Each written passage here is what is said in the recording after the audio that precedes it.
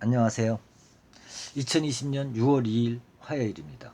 오늘은 날씨가 우중충한 게 곧 비가 내릴 것 같습니다.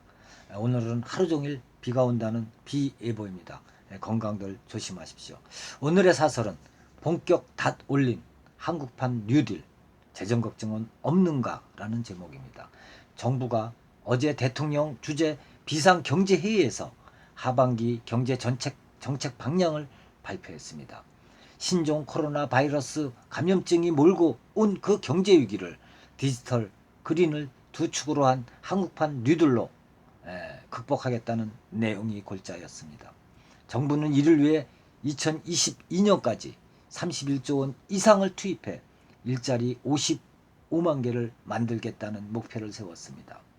공공 부분에서 마중물을 부어 포스트 코로나 시대의 새 성장 동력을 만들고 이를 민간 투자 및 일자리 창출로 확산하겠다는 보관이었습니다. 정부는 올해 성장률을 0.1%로 방어하겠다는 목표를 세웠지만 이마저도 낙관할 수 없을 정도로 경제는 위기에 빠졌습니다. 당장 급한 불을 끄기 위해서는 대규모 재정 투입이 불가피합니다. 적극적 재정 정책은 우리뿐이 아니라 미국, 유럽, 일본 등도 펴고 있습니다. 어제 열린 21대 국회 첫 당정협의회의 주제도 사상 최대 3차 추가 경정 예산안이었습니다. 지난 1, 2차 추경을 합친 액수 23조 9천억보다 많은 30조 원대가 될 것으로 보입니다. 여당과 정부는 경제 불확실 상황에서 부족한 것보다는 충분한 것이 낫다는 입장입니다. 문제는 재정 건전성입니다. 하반기 경제정책 방향에서도 돈을 쓰겠다는 계획만 보이고 지출 구조 조정이나 세입 확충 같은 재정 건전성 확보 방안은 찾기 힘듭니다.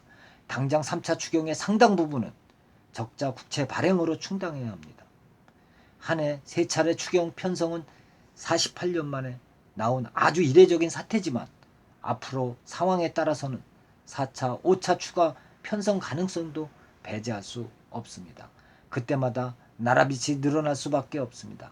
관행적 재정 건전성 기준인 국내 총생산 GDP 대비 국가 채무 비율이 40%에 연연할 필요가 없다는 주장이 있긴 하지만 그러나 급속한 채무 비율 증가가 국가 신용도에 부담이 될 것이라는 국제신용평가사들의 충고도 무시해서는 안 됩니다. 정부는 재정 확대와 뉴딜을 통해 경제가 반등하면 이후 재정 건전성 관리에 눈을 돌릴 이유가 생긴다는 선순환론을 펴고 있습니다.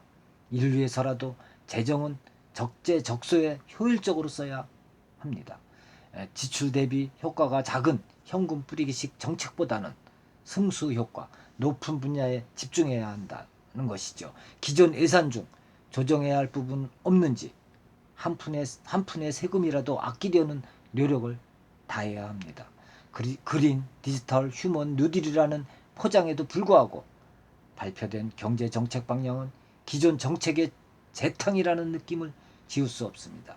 비대면 교육, 근로, 의료 분야 투자를 제외하고는 오지망과 클라우드 구축, 인공지능 인재 육성, 친환경 에너지 확산 등 익숙한 레퍼토리들이 아니겠습니까?